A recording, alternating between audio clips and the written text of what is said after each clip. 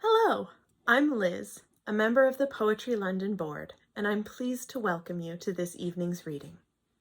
To begin, we acknowledge that we are on the traditional territories of the Anishinaabe, Haudenosaunee, Lenape-Wuk, Huron-Wendat, and Neutral Chinantan peoples. The First Nations communities of our area include Chippewas of the Thames First Nation, Oneida Nation of the Thames, and Munsee Delaware Nation. Poetry London values the significant historical and contemporary contributions of local and regional First Nations and of all of the original peoples of Turtle Island or North America. We also acknowledge historical and ongoing injustices that Indigenous peoples endure in Canada and the importance of directly addressing these injustices in daily life. In light of the horrifying abuses recently brought to attention, I'd urge you to consider what actions you can take to help heal the past wounds and ongoing damage caused by colonialism. A local writer, artist, and activist, Jenna Rose Sands, has put in the work to create a series of relevant zines. If you are able to support her work, they are available for purchase in her Etsy shop, linked in the description below. We have also provided a link to the Indian Residential School Survivors Society if you are able to make a donation to their work. After postponing our March 2020 reading due to the pandemic, we are pleased finally to present it for you today. Poetry London would like to thank our generous event sponsors, including the London Arts Council, the Ontario Arts Council, the Canada Council for the Arts, the London Public Library, digibee.net, Brick Books, ECW Press, and Peddler Press. Please note that the most recent books by our feature readers are available for purchase through the links in the video description below. More than ever, Poetry London believes in the importance of supporting small press publishers and your local independent bookstores. Poetry London's two feature poets are Susan Gillis and Mary D. Michele, who are reading collaboratively. They will be introduced by Jenny Burkle and David Barrick, respectively. We are very pleased to welcome our local openers, Michele Arnett and Nicole, who will also be reading collaboratively. Michele Arnett is a co-founder of Rose Garden Press, through which she self-published a collection of poetry, the Birdbath Poems, 2020. Her poetry has also been published by Cantheus, 2021. She holds a Master's of Library and Information Science from Western University. Nicole has published two collections of poetry, Touch Consciousness, Lulu, 2014, and the Birdbath Poems, Rose Garden Press, 2020. She currently resides in Mount Bridges as the publisher and co-founder of Rose Garden Press, which publishes handcrafted poetry chapbooks. Hi, I'm Michele Arnett. And I'm Nicole. We're from Rose Garden Press. And we're going to perform a new poem for you that we collaborated on together. Yeah, it's called Impalpable Certain Rest. I've been noticing a retraction, a desire to not be there, here in public. Imagine what it's like for all these people behind windows, days sinking into aquariums, meta-monitoring. It's a silent confidence to be homed, an impalpable process with no external guide. What rush is everyone in anyway to have it all figured out? Lately, I'm more conscious of body sensations, how the air sits on my head, touches my face uninvited. Maybe there are heritage keepsakes, slivers of lineage that can be felt in the neckline, submerging into settlement. I think of roots implanted without permission and feel anger welling up inside. I feel like a spoiled child carried from one destination to the next, and the absence of control exposes a thin shell, the barrier that keeps me from former selves, where inside frustration can accumulate like cold rain invading a bucket. Sturdy enough, yet built for a purpose it has no comprehension of, and in not seeing itself for what it is, feels slighted again and again. Now in a different stage of growth, manifesting new forms of upset. My guilt changes flavor depending on who's entered the chamber of my aura. Maneuvering the mechanics of mediocrity, I begin to pluck myself petal by petal, unearthing ephemeral strings that become lost in translation en route to the senses. More and more, I get the impression that there's a common thread woven through everything. It both excites and terrifies me that on occasion, I might unknowingly catch a glimpse of it. We annotate each other's stories, comment on memories, retract from the effect of going back, feet shuffle, tap each other dry. There's an algorithm when sought. Patterns that align with tides, blue moons, the flowering of seasons. I send letters carefully constructed out to sea. Before the message is even received, I reconsider. And somewhere in the tumultuous mess of waves, I experience shame, loss from the energy wasted, kicking, screaming, making plans towards destruction, shaping a future according to momentary irritations. These are the roots we rise from, wrapped in the strings of our anticipations. We topple over each other in dialogue, each wanting the voice in our story to be heard. But working backwards, you can patch the land, bridge the gaps, monitor progress outside of rooms crowded with post-it notes. Gather piles of dirty laundry, wintered perspectives, drafts, hung on a clothesline between houses for the neighbors to see. And still choosing to hold that discontentment intuitive, knowledgeable. Choosing to crawl out of a pit, onto the roof, closer to sunlight. Laying belly up until transposing on a wayward breeze. Hello, my name is Jenny Burkle, and I'm delighted to be introducing Susan Gillis. She's the author of multiple collections of poetry, including Swimming Among the Ruins, Volta, which won the A.M. Klein Prize for Poetry, The Rapids, Whisk, and several beautiful chapbooks with Gaspereau Press. Her most recent collection, Yellow Crane, was a finalist for the ASLE Book Awards in 2019, a juror selection in the Grand Prix du Livre de Montreal, and was on the shortlist for the inaugural Nelson Ball Prize.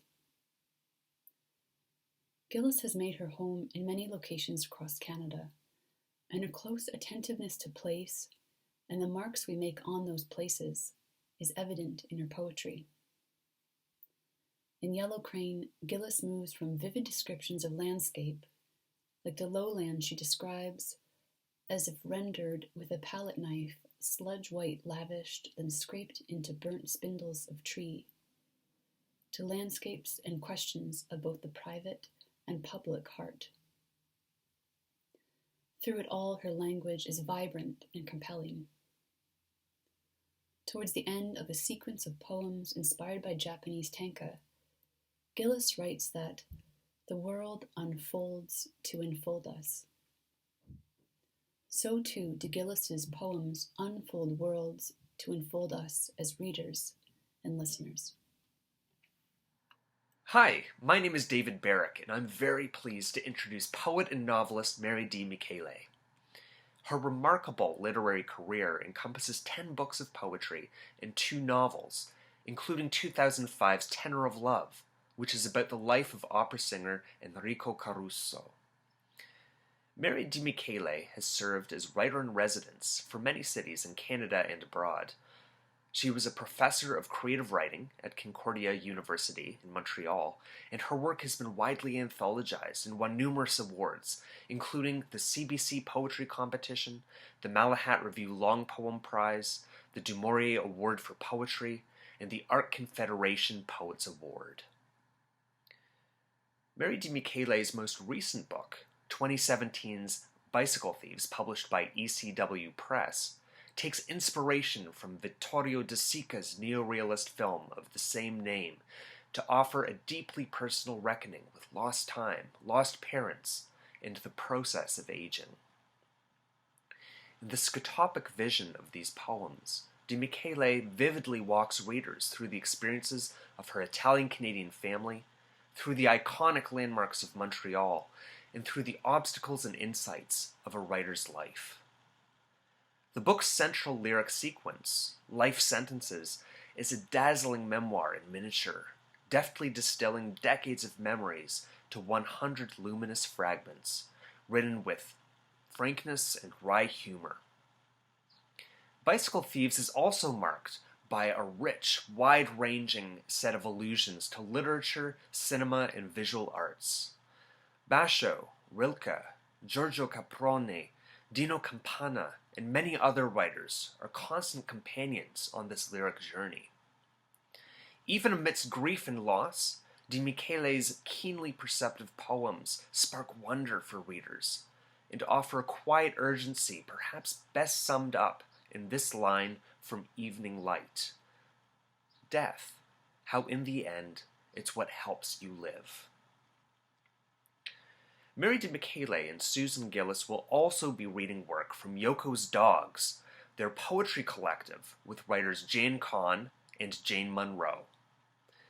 Yoko's Dogs have authored the full-length collection Whisk, published by Peddler Press, as well as 2 chapbooks, most recently Caution Tape, just published by Collusion Books. Elizabeth Baczynski describes the work of Yoko's Dogs as playful, meditative, often surprising, and always joyful. It is certainly a joy to welcome 2 writers as accomplished as Mary and Susan in collaboration and conversation for us today. Hello, everybody. I'm Mary Di Michele. I'm coming to you from Montreal, or what the Mohawk and Algonquin called, if I can pronounce it, Tiohtià:ke.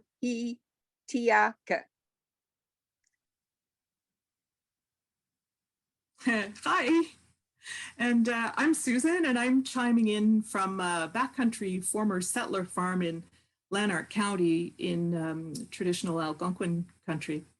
I'm going to be reading poems from Yellow Crane and some new work. And Mary? And we, as 2 members of Yoko's Dogs, will be reading from our beautiful new chapbook. Let me show it to you. Caution Tape. Caution Tape. Yoko's Dogs formed in 2006 as a sort of whim in Montreal, and Mary and I are joined by the 2 other members, Jan Kahn and Jane Munro. And we'll start this whole reading, in fact, with from Caution Tape that we'll read together. And I think, Mary, you're going to start, right? Yes. All morning spent writing like Derrida in pajamas. Words that won't stay on the page. Words that won't stay on the page. Not even rings where the duck that was just there was. Not even rings where the duck that was just there was. The end of all writing, the exit sign where there is none. The end of all writing, the exit sign where there is none. Thank you for supporting today's sponsor. Thank you for supporting today's sponsor. And thank you to Poetry London and David Barrick for inviting us here. And now I would like to read from my book a couple of poems I'll be reading this session. It's called Bicycle Thieves. It was published a few years ago. And the poem I'm going to be reading has a lot of the sense of the life of the city that I'm living in, Montreal, the street life and the movement, what I've been missing so much during this more than year of pandemic living. It's called Black Dog. I had yet to use the selfie stick I got for Christmas, so I took this photo when I could not find the words for even my empty coffee cup Chez Fred, the tattooed barista, all piercings and black torn stockings, fills it up. Always Americano lungo, s'il vous plaît. What makes a Parisian lawyer open a bakery in Montreal? The runoff in gutters is icing over again, and that's what they call le printemps in the city, n'est-ce pas? After 25 years of planning, the Egyptian-themed theater up the street has yet to reopen. Anubis presides over its grave, not its rebirth. Anubis is a god with the head of a black dog. Beware of the god. I sort through stacks of newspapers left behind, the read and the unread. I like that it's quiet, and the aromas of espresso and Madeleine, the loudest things. I open the door to a medley of crows calling, no, it's seagulls and a dog tied outside, BBP, orthopedics, barking. Nobody likes to be left alone. It's St. Patrick's Day, or it was not too long ago. Shamrock stickers still plaster the windows of Liquid Lounge. There's a family picture taken in Belgium. My brother swaddled in a carriage. When my mother started to lose her memory, she kept this photo in her pocket. It's folded into quarters and badly creased. Some might say it was ruined. Red mail truck, red mail box. It's a cheerful color on a dull day in no damn good. How did I get here? I grow old. I grow old. I will wear the bottoms of my blue jeans rolled. Clouds are pinking in a cerulean sky. I wax poetic. I am not home yet, where another era's technologies, the Sony cassette player, the Olivetti typewriter, and my 65-year-old brain ne marche pas bien. What of the bowl on the desk, filled with pine cones? No trees will grow from them. I've set up a little shrine around the folded family photo I flattened out and then framed. After death, there is an aura, a palpable halo around the faces in photos of the departed.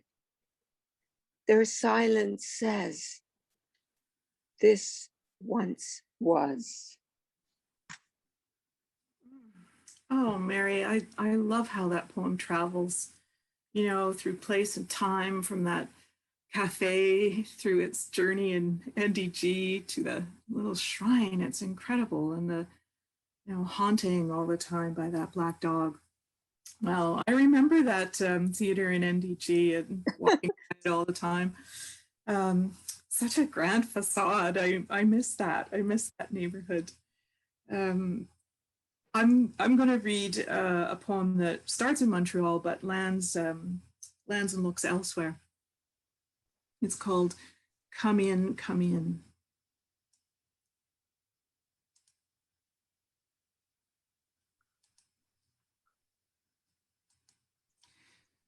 The breeze is cool, the air warm, or is it the reverse? Leaves fly up, funneled by wind. The tree that shimmered a week ago is bare. Look, how golden, I'd said, and didn't look again until today. The sky, too, is heavy. Nevertheless, the nights are still too warm for the duvet, and a little giddy. How do I do it? How does anyone? Something gathers and wants utterance, wants out of the throat, not comfort. Behold, 20 years ago, a summer afternoon on a rooftop deck above Fantan Alley. Someone is desperate for a cigarette. Another is saying, "Are you sure?" The kindest thing. Watching certain shows is like eating a bucket of KFC and needing to wash afterwards.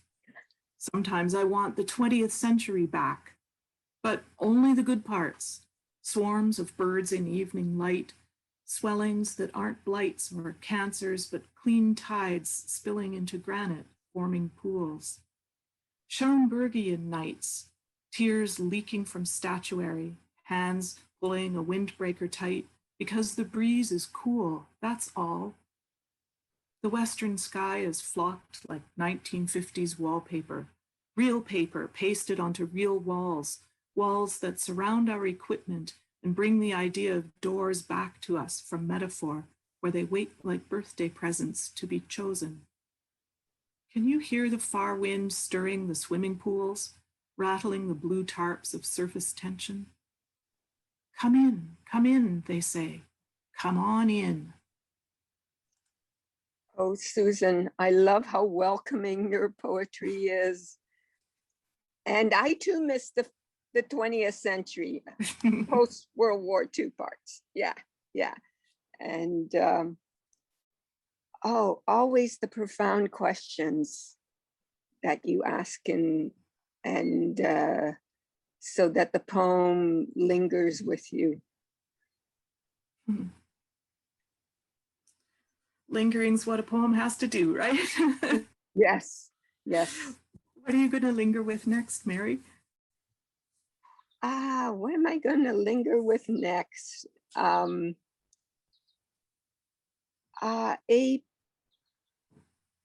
poem that it's based on an experience. I went on a self-directed writer's retreat in a small town on Vancouver Island called Comox. My daughter's father's mother was recently deceased. Her house was empty, and he offered it to me as a little retreat. And so I spent these glorious weeks. And on the last day, I took a taxi to the bus station heading back to Montreal. And I tell the taxi driver where I'm going, and this opens up the whole past experience of Montreal for him. So the poem is called Now He Drives a Taxi in Comox. He remembers the darkness of winter mornings when he was 15 and helped the milkman deliver milk door to door. The wagon was drawn by a horse, hooves on cobblestones the only sound, and the milkman humming under his breath, while the boy he was would run up to each house, a bottle of milk in his hand, the glass slick with cold, the wagon waiting, the horse stomping. That was 1954, and before the milkman bought his first truck, before his father's last transfer to the air base here in Comox. Now, as he drives the taxi, I transport him back, though nearly 60 years have passed since those icy mornings. The boy in him wakes up. Montreal is beckoning, the city luminous in his mind. He can see again the copper dome of St. Joseph's Cathedral, rising newly polished against the sky and not blanched by snow, and passing time. Oh, Mary, I can I have shivers. I can just see that dome. You bring it to life, but you bring his whole experience to life, and your own too. I just feel like I'm there with you in the taxi. You know, with that incredible experience captured there. Wow. The shivering dome, you know, it lives in the mind when you've lived in Montreal for a while, like a bit of a dream, doesn't it? And it always amazes me. I don't know why it should, but it seems that almost everyone I meet tells about having lived in Montreal for a little while at some point in their lives, if they're a certain generation. And it must linger in some way, eh? I think it's a city that stays with you. It does. It's it becomes part of you. Mm-hmm. Yeah. Yeah. When I was a child, it used to be Vancouver was the mythic place. You know, if you knew someone who lived in Vancouver, that was like the astonishment. But for me, it's Montreal, and it's the thing I keep running into with people. So I'm going to read a poem from Yellow Crane, which is this book that Brick published in 2018. And it's called Rooms and Not Just Interiors. Morning is when I miss you most, and afternoon, and evening.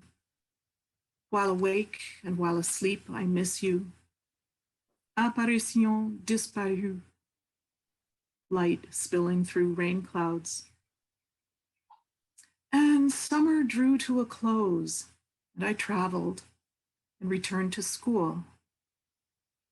What is my life, after all? And where did I put it?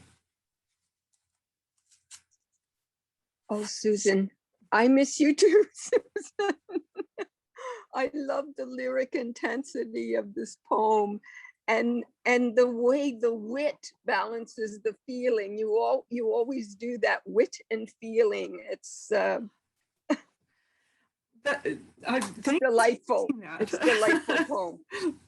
Thank you. I think of you know, I really admire writers who can bring humor into their poem and feel that this is something that I've never really been able to do. So thank you for seeing that in there, Mary. This is a poem from Caution Tape by Yoko's Dogs. And let me see. Okay. The friendship poem. Crown me with laurels. I managed to solve your problems instead of mine. The dogs are on the basement stairs and coming up. The dogs are on the basement stairs and coming up. The ventriloquist dummy knows who the murderer is, but won't say. The ventriloquist's dummy knows who the murderer is, but won't say. Father made me a marionette, such a good toy. Father made me a marionette, such a good toy. The fool, the burning tower, 7 swords pointing nowhere.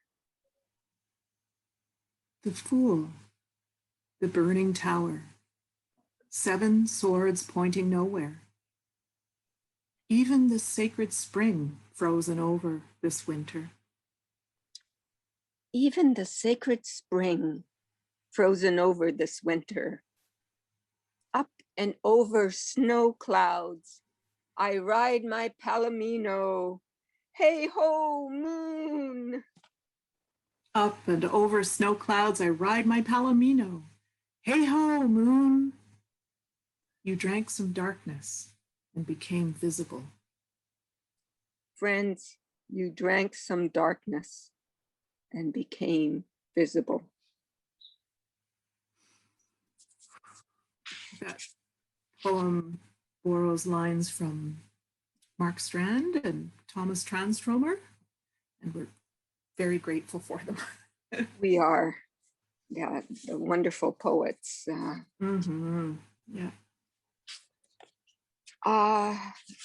I'm going to read a couple of unpublished poems this session, and not that I've written very much during the pandemic, but I did reread some Albert Camus. I reread The Plague or La Peste, actually in 2016 for other reasons than the pandemic.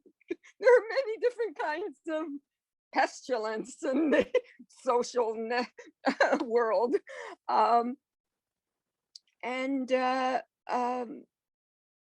I came back to him, and I loved his journals as a young woman, and the American journals weren't published then, but so I was reading the American journals, and this is about Camus. The poem is called Reading in a Time of Pandemic. Albert Camus, author of The Plague, was lonely too.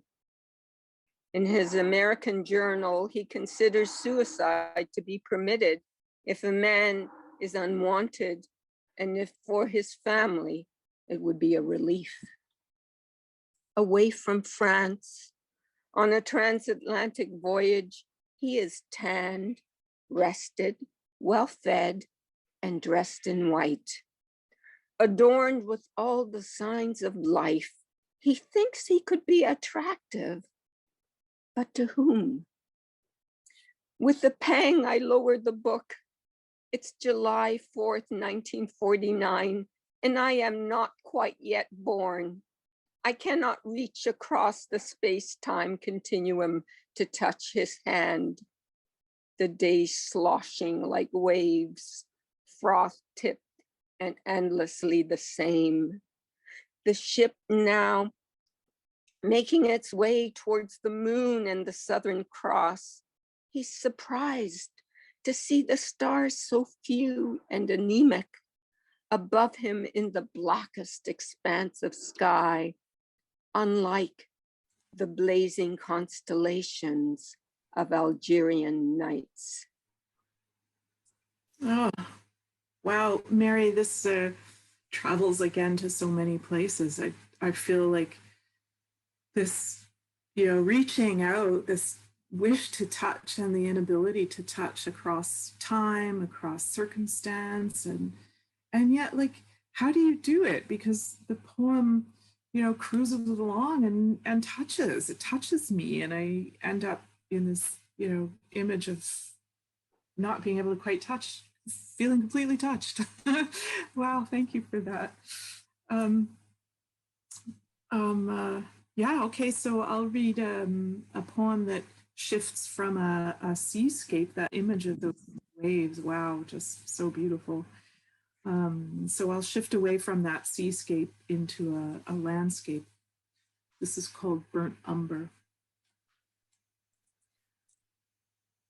All the way to the horizon, umber fields unrolling, ribbed, stubbled, dark but for patches in the hollows where snow persists.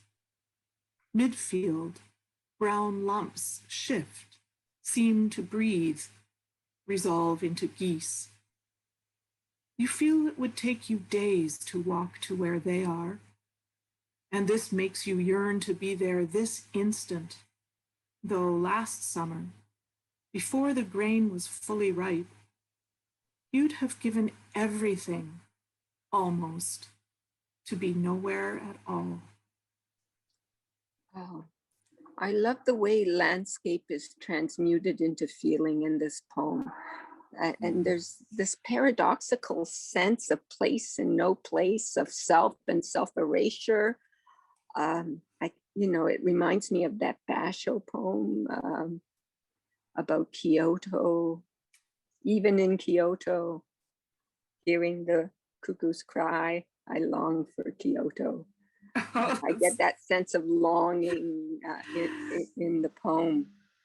Yeah, isn't it there, that in poetry, and especially I think when when we're reading and writing poems that sort of have a seed in an earlier artwork, right? The poems that allude to something else. This poem started, with a scene in a long forgotten film, just like a little moment of a long shot. And I felt I want to go back to that field, but I couldn't find the movie again. And, there we are. And, your poem looking back to Camus and the journals. And it's really important, isn't it, to the continuation. Yeah, I think like the poem is a kind of echo chamber, right? And the more voices that are in it, the richer the music and the experience is for me. And I love the way you do that, Susan. Oh, thank you, Mary, and you too. And thank you for thinking of that, of the Basho poem. It's one of my favorite poems too. I know it's one of yours, that sense of longing we can have even when we're in a place. Yeah. Humans. Humans. It's very human, isn't it? Yeah. What are you going to read next? I'm going to read another conversation poem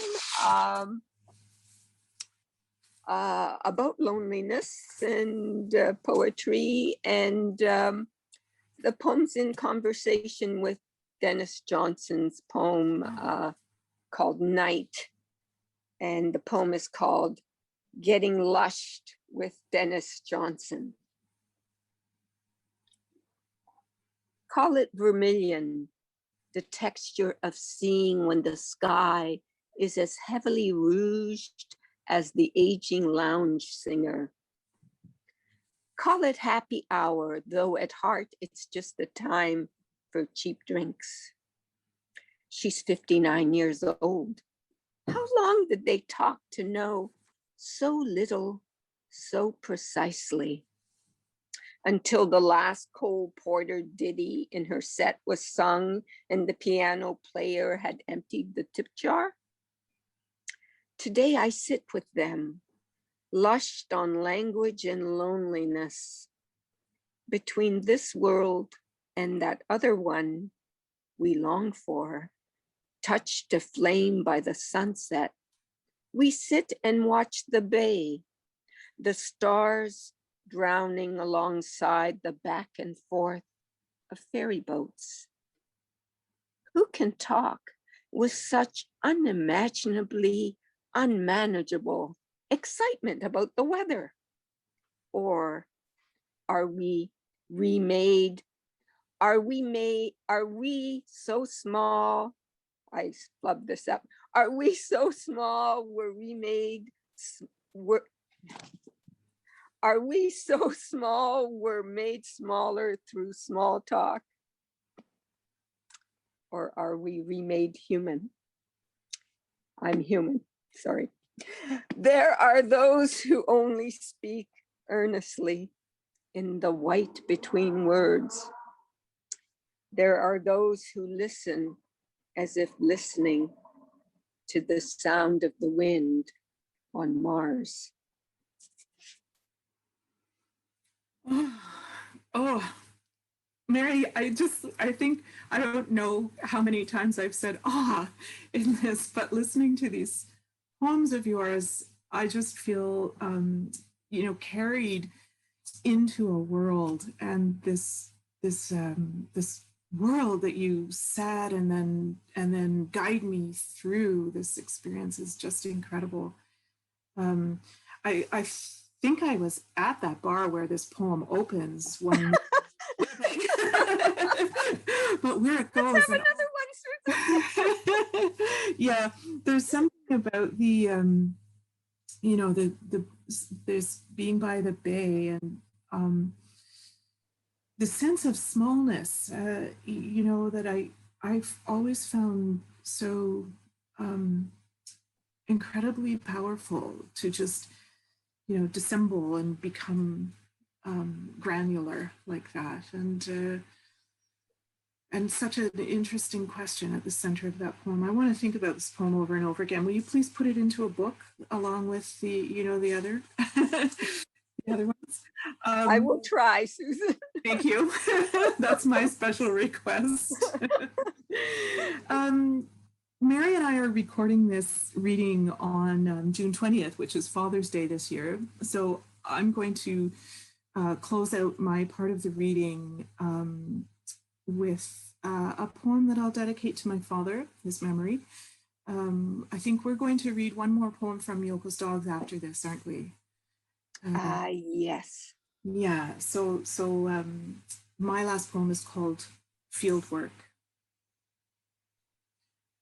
Overnight, soft hollows appear in the field, and a narrow path to the edge of the small wood. Animals bedding down, traveling somewhere, or wind. My dream of gravity. My dream of gravity carried off by mosquitoes. No gesture is unreadable. Slipping on my mouse-brown felt shoes, I wish the plane the rebels shot down could have hung on an updraft, the way a piece of field fluff hangs on a current of air, suspended as though in a web, not blown apart, but held. We go through life forgetting how tender things can be. That Timothy scent and a pinch of nearly invisible seeds slip inside me and prick my bronchioles. Where is my father now? And the little burble he breathed through in his chest. He'd been on the blood machine, which cleaned him while he watched Dragon's Den or slept. Sulin clamped his arm in 2 places when he was done and twisted the tube awkwardly from the fistula. That vein had burst and been repaired at least once. He fixed on the screen against the pane and turned his gaze to me when he could smile. I leaned into his shoulder and inhaled. Then he sobbed, and stupidly I said, "Don't be sad, don't be sad," hating what I was saying. Such a wind across the meadow, I should have said. The felled hay and curved rows. My father, who'd held me like a sparrow to his chest. The sunlight here lances, though the swooshing of trees is thoroughly refreshing. Everything seems fine with the world, though terrible things happen. Wind rustles the highest boughs like a cat pawing through a box of tissue paper, travels the room cooling my legs, nudges the tabs of my hoodie so they jingle lightly. White cigar clouds painted onto the sky. A large bird soars, drifts down on a draft. Sulin's blue-gloved hands. The sky's the same, the canal the same, the streets same, the crane. The ditches, yards, fences, doors, the gravel road, the shore. The blue hull, sails, the bed, the narrow corridor. All gestures are unreadable. The field meets the grove in a borderland of thorns. I can't bring myself to do anything.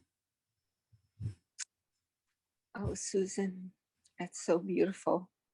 I Thanks, love the Mary. tenderness of this poem and the way you balance the incredibly heavy, like the plane shot down the jet and the bit of fluff in the updraft, like that. You balance these things so beautifully, and it's a very moving poem. Thank you. Thank Thanks. you. Could you please read another poem for us? I'm thinking of another poem that does a lot of this balancing in terms of the imagery. Would you please read Drift? Yeah, I would. Thanks for reminding me that I wanted to read that one. It's quite a different tone from fieldwork, I think. But yeah, it's interesting what you say about the, the things you see and then just drifting around, right? Drift. But you have to promise to read Montreal Book of the Dead, okay? That's the deal? Okay, All that's right. the deal. Okay. And then, so we'll go out on Montreal Book of the Dead and then we'll read Yoko's Dog's poem? To finish, yeah. Great, okay. Drift. Tracks in the snow, hardened overnight to shattering. Cat, wild turkeys, us circling the house. New snow collecting in their centers. Out to the screen house for sunrise viewing and back, coffee steaming. Each time the Chihuly glass balls come up on my screensaver, I ask myself, what if I'd never left the West Coast? Would I still be wearing those old deer hide slippers? The pull of backwash in pebbles at the tide line, a gesture towards. When I said, the sound of pebbles in the backwash settles something in me, the person I said it to flowered a little, as though I'd said something absolute. The bee slips into the rose whether I'm watching or not. That's what summer is. That's what summer is. Everything getting on with becoming more of itself before it dies. Don't we ever tire of it? Ever? A long hair left in the bowl of the sink. A crescent moon. Crossing the prairie by train in winter under a full moon, moving east toward a new life in an unknown city, everything I would need I could see from the moving window. Lights of the next town on the horizon. Beyond them, another horizon. I say my name and drop a penny into the lily pond. Dragonflies settle and lift, settle and lift, seed pods on a summer breeze. It's how we all got here, drift, and soon there won't be a trace. When the snow melted in the thaw between storms, I went looking for chives at the edge of the herb bed and found the heart of an old wasp's nest fallen from an eave. Ingenious device, this paper house. The wind rushes in its cells. Beautiful, Susan. And I'm going to point something out to you about the way you balance imagery again in this poem.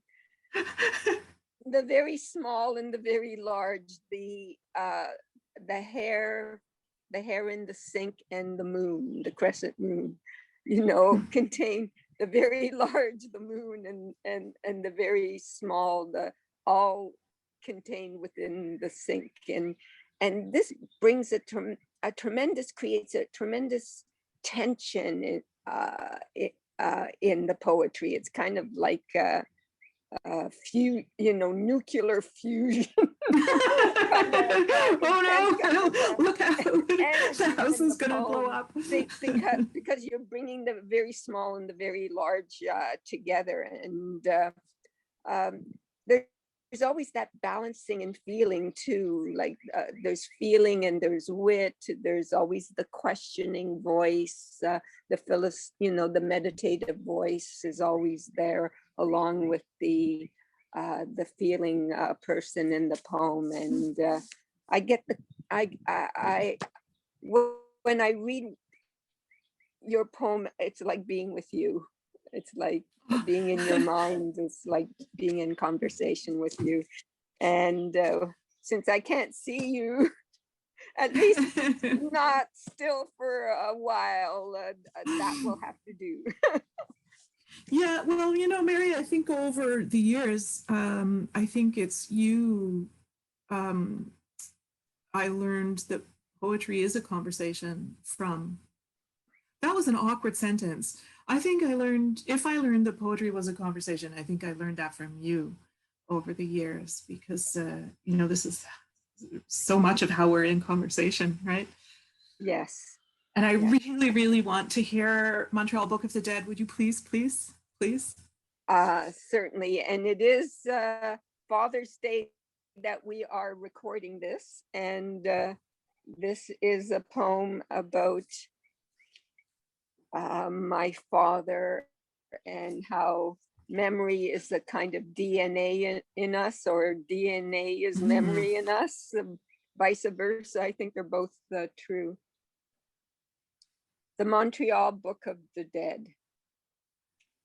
This morning, I saw my father driving a red Toyota wagon with Quebec plates, Je me souviens, turning the corner at Grand, heading west.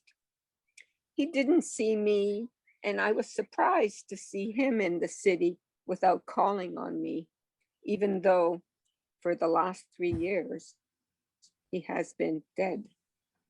It certainly looked like him. The chiseled jaw, the Grecian formula hair. Yes, my father, maybe 20 years ago, still in his prime, still himself, or looking like himself. All the immortality the earth can offer, maybe the kind we had before. We were even born. The living we did then, we will continue to do through genes we also share with Neanderthals. My father drives on, not knowing me. The dead are not dead, perhaps. The dead are not even transformed. They are everywhere, just not talking to us. Don't try listening for them in family photos. If they are forever dumb with forgotten conversations, when every day is that August day in 1992. My father in his white striped polo shirt, high in the boughs of a fig tree, gathering fruit for my greed. I still see him in many places, and in my hands, my Roman nose and chiseled jaw. As a pear repeats itself, each time a little altered on every branch of a tree. Our dead have retired and moved off island. They are not gone. They have not passed on. They are incommunicado. So those 2 lines in a different voice I owe to Jane Hirschfield's poem, Great Powers Once Raged Through Your Body. That's the pear tree line, right? About the pear Yes. eating it. Yeah. What an incredible poem, Mary. Thanks so much for reading that. I love how, I mean, you talk about bringing the small together with the big, and you have this scene that could have come from a movie. This father appearing in the car, and the just out of nowhere, and why hasn't he called on me? And it's so funny, but this this humor that carries with it such an enormous feeling and context of the largeness and the inexplicable nature of our relationships to the people that we love, and especially the people we love who are no longer living. But you're absolutely right, like that they haven't gone away. And I love that you write this appearance with the humor that we have access to when we recognize that that yes, we grieve loss, but we also have ways of carrying those people with us, carrying that love with us, Yes. and that connection. Yeah, thank you so much for that. And what else is interesting? You opened your reading with a poem that had a photograph in it, and wrapped it up with a poem that had a photograph in it. And so I think the poem that we read from Yoko's Dogs should have a photograph in it, don't you? Or yes, the suggestion or the suggestion of a And photograph. of a visit. We happen to have one. Yeah, yeah. Will you start it? Yes, certainly. You came to me in a dream. Was it by train or photograph? Good night, that is, good morning. Farewell, that is, hello. Good night, that is, good morning. Farewell, that is, hello. Scouring a burned pot, thinking of poems. The sound of autumn rain.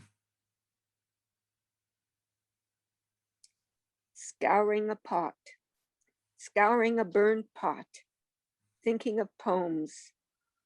The sound of autumn rain. Snow on chrysanthemum. I walked the road Basha walked. Snow on chrysanthemums. I walk the road Basha walked.